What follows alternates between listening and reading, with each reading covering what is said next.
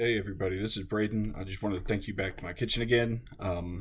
I wanted to make a video to talk real quick on depression, people that don't believe in depression, and the holidays. I'm going to go ahead and apologize because I am going to be reading this off of something that I typed up because I'm pretty sure if I just try to wing this, I'm not going to make it through it.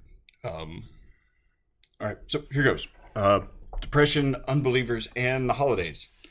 So some of us have been diagnosed with depression or varying forms of it.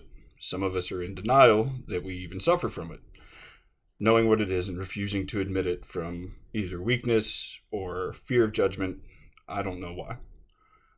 But there's also a third group of us, which is the group that I'd like to talk about. This is the group which refuses to believe in clinical depression and the existence of its diagnosis, and that it can even be a thing. This group doesn't believe that people can just walk around sad or nervous or sensitive or temperamental all the time. We all know someone like this, but I do have a dilemma to propose to you, and this is a dilemma I've faced myself. What do we do when one of the people who doesn't believe in depression suffers from it? And what do we do when one of those people is someone that we love? So growing up, I grew up with divorced parents, like a lot of us have. So, for me, it was not unusual growing up and knowing that I had two houses. I had two sets of parents. A mom and stepdad and my father and stepmother. So, went back and forth, blah, blah, blah. Off topic, sorry. I'm supposed to be reading this. So that's what I knew. However, I lived with my mother, so my stepdad is the one that primarily raised me, and we didn't always see eye to eye, especially when I was in my teens. Because, my stepdad was very much a classic rock Beatles person, and I was getting into, Manson, Deftones, Slipknot, Mudvayne, Black Sabbath, Dimmu Borgir, Cradle of Filth, list goes on and on. Plus techno and other stuff, music he didn't understand, and I can't really blame him. Anyway, in my early teens, I was tested and diagnosed with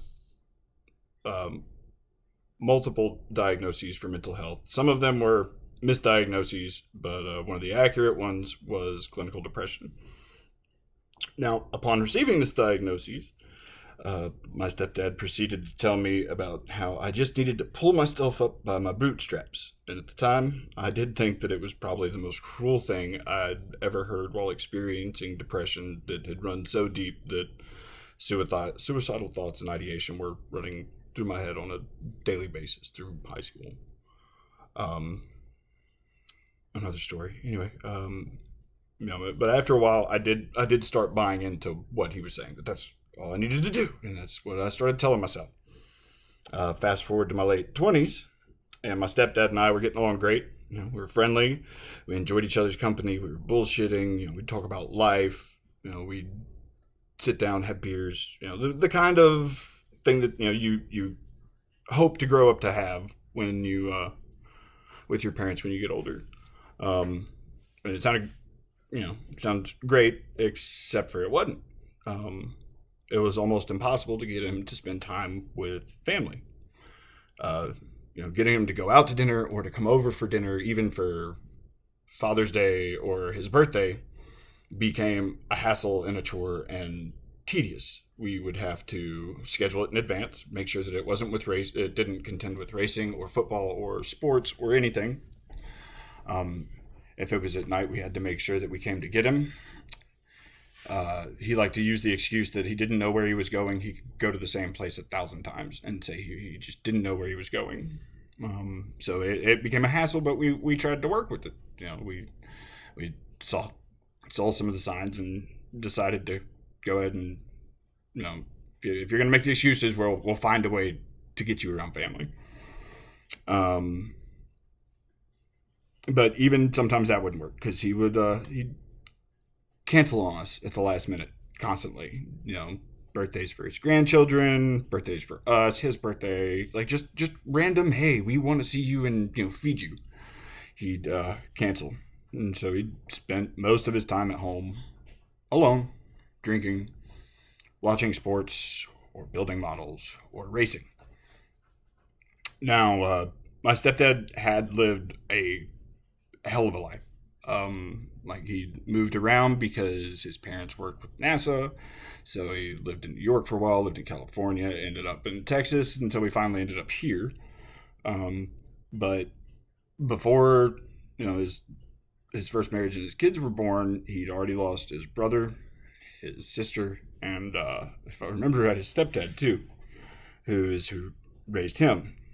My stepdad had been married 3 times. His first wife, he had 4 children with. After the fourth one was born, they were divorced. He married my mother, and they had 2 more children. Before he married my mother and father were married and then divorced. I'm the product of that marriage. So I'm the eldest out of all of my half siblings, and my step siblings are all older than me. Anyway, so he divorced from first wife. Second wife passed away. My mother, Thanksgiving, 2001, and then he was married a third time, which also ended in divorce. But now you're also talking raising 8 kids, 7 of them being his own, over the course of almost 40 years. So a lot of stress. But when you bring it back to more recently, when the holidays roll around, my stepdad, he wouldn't leave the house. He'd just sit inside. Whether it was Thanksgiving, Christmas, Father's Day, he just kind of stopped doing holidays. And then any time that they would come around or his birthday would come around, he'd talk about how nobody cared, that nobody called, that he didn't feel like anybody loved him. And he said that no one ever reached out. But here's the thing, when we moved here in the 90s, it was a little more difficult to keep in contact with everybody. You still had to pay like by the minute to use the internet. Long distance calls were, actually cost money, and we didn't have cell phones. Crap, day of the pager, shit. Anyway, so it was a little more difficult to keep in touch. But I mean, by the late 90s, early 2000s, most of us had internet, most of us had computers, at least had an email. And he was able to get addresses and phone numbers from his children from his first marriage. And they would call, and they would send letters, and they would send graduation invitations and wedding invitations and photos, and they'd send Christmas cards. And to me, that sounds like people reaching out. The same that, we who lived here, me and my brother and my sister, we would reach out. We would go over there. But, no, we'd always cancel. But he'd still say that nobody would call. Okay. But, here's the thing. We would text. He didn't like to text, so he wouldn't text back. If you called his house, and then you showed up later saying, well, you called, his answer was always, well, I don't answer the phone because telemarketers are always calling. Okay. You could sometimes get a response from an email, and then if you used Facebook Messenger, once he figured out how to use it, you could send him a message, and then you'd get the fucking thumbs up emoji, and that'd be about it. But I don't remember him calling and reaching out to anybody on their birthdays or Father's Day or Christmas. And so, it kind of, he painted himself into a corner saying that nobody was there.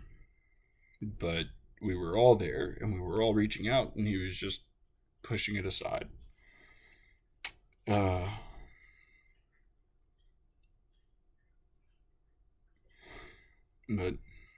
now, he ended up feeling alone and miserable. And then last year, he passed away from complications related to late-stage cancer, which was discovered too late.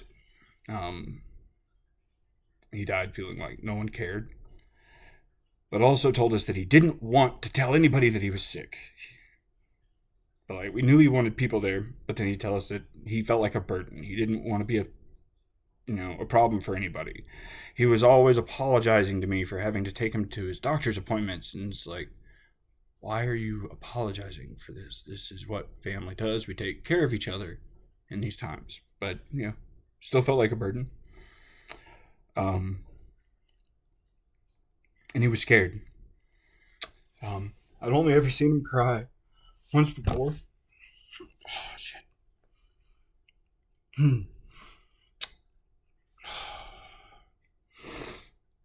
Hold on, guys. All right, sorry. So, I'd only ever seen him cry once before, and that was when my mother passed away. And last year, his last words to me were in tears. He was filled with pain, sorrow, shame, and loneliness. And I could tell. Anybody who was in the room with him, which unfortunately at that time was just another nurse, you could tell.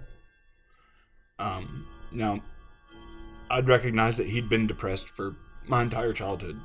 I remember him just sitting on the couch and drinking beer and watching sports and never wanting to go anywhere, and always complaining to my mother anytime she wanted to go out and do something because, he was alone and he was bored and he didn't have anybody to spend time with. And,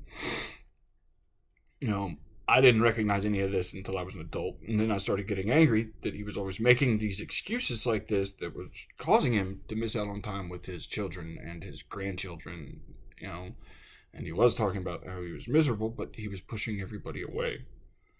And unfortunately, I also picked up on some of those bad habits because for almost 20 years, I've been pushing people away and not letting people in close.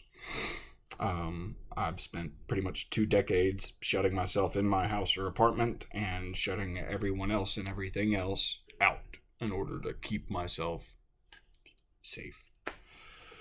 And then last year, between my 36th birthday and Thanksgiving, I had realized that I was doing the same thing that my stepdad had done for my whole life.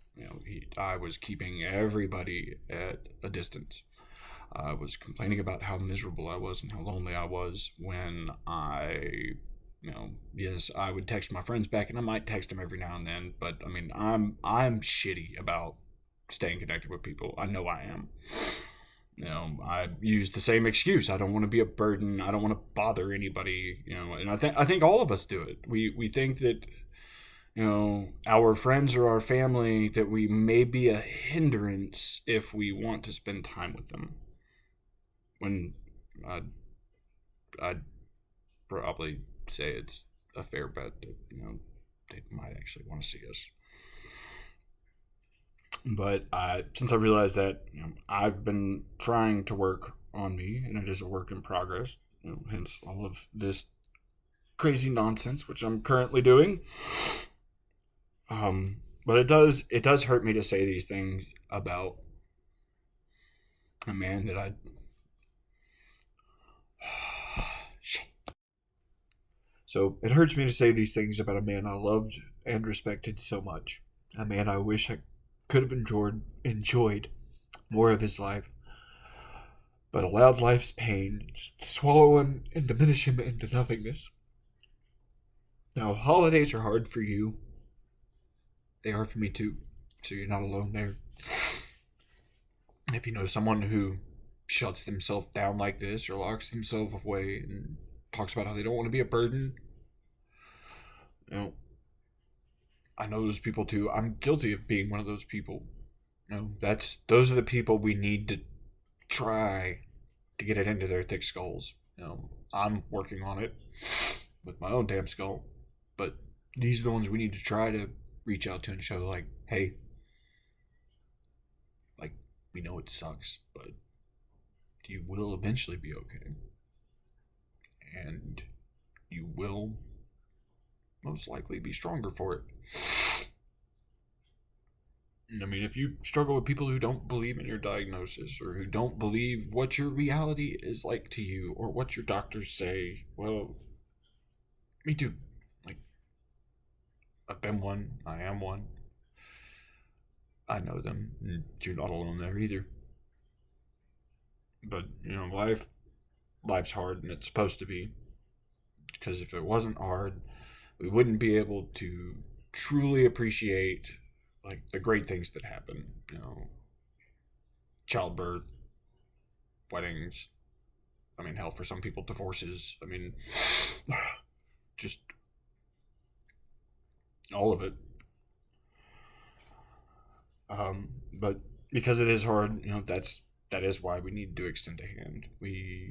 Whether it's just to say, just to sincerely say good morning to someone that you can tell is having a bad day, but you might not know, so you might not want to talk to, or offering food to someone, try to comfort them. I mean, anything.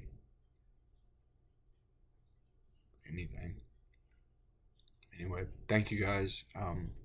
Sorry the video's long. I will post a write-up, which will hopefully take you less time to read than it took me to talk. If this touched you in any way, please like and share and follow. And be easy with yourself, guys. Good night.